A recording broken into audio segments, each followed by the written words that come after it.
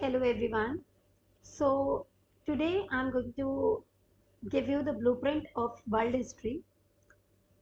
So हमारा subject है world history.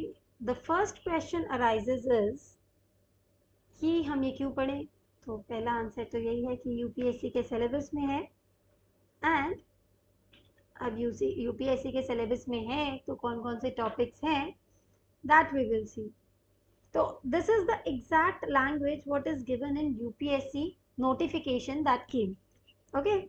So the first topic is Industrial Revolution, World Wars, redrawal of national boundaries, colonization, decolonization, political philosophies like communism, capitalism, socialism, their forms and effects on society.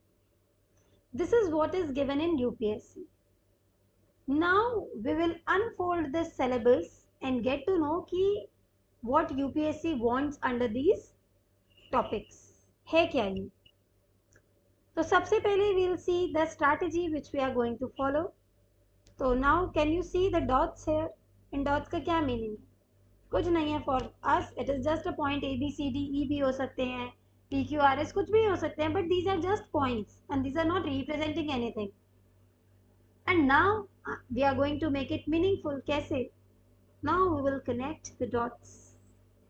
And dots connect होते ही ये क्या बन गया? Star.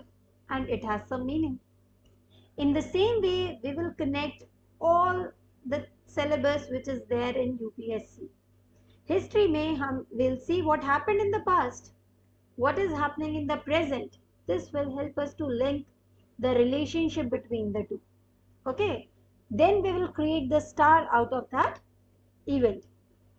Now let me tell you the books which I am going to cover in my notes, that is NCERTs, History of Modern World by Jain and Mathur by B.V. Rao and Mastering Modern World History by Norman Law. You don't have to refer anything else after these classes. I'll also be taking the previous year questions of world history. Okay.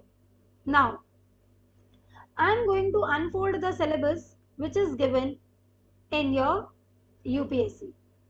So firstly, we'll be taking world before 18th century. 18th century, what was the world? What type of world was there before? And how it created revolution? 18th century के बाद हुआ क्या? How it changed? Why it is called a new world? Okay. So we will see the world before 18th century. Although this is not there in your UPSC syllabus, but in order to understand world history, we should know पहले क्या scenario था. What was the world before? Okay. Under that, we will study feudalism. Feudalism means when somebody owns the land on a condition. उसकी वो property नहीं है.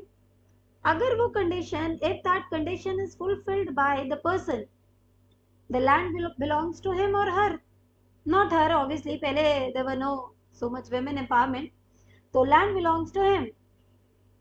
But if that condition is not fulfilled, land is taken away and given to person B, who is capable of fulfilling that condition. So we will see the culture of feudalism. The church. How the church was befooling the people. He was controlling the politics. And in the name of God. They were not rational.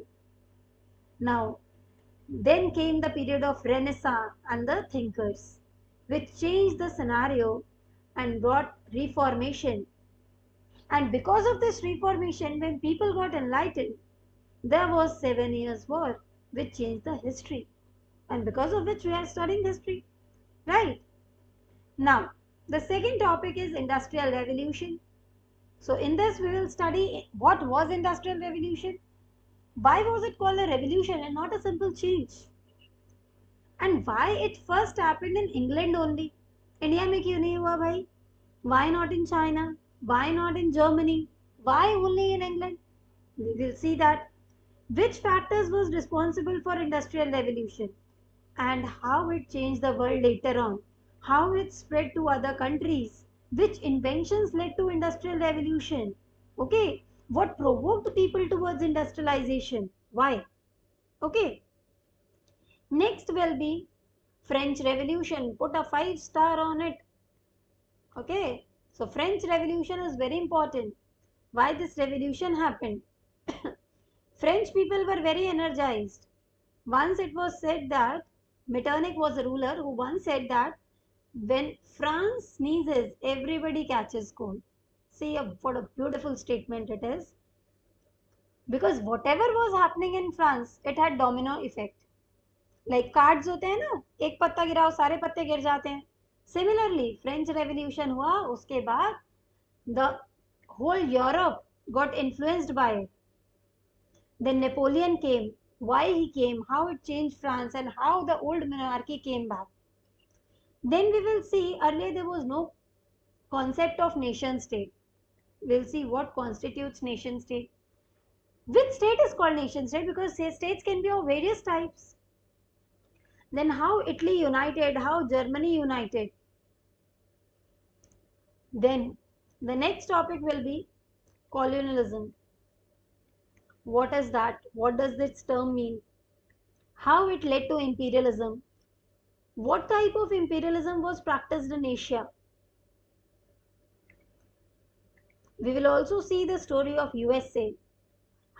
Actually, it was a colonial state. It was a land, just a land.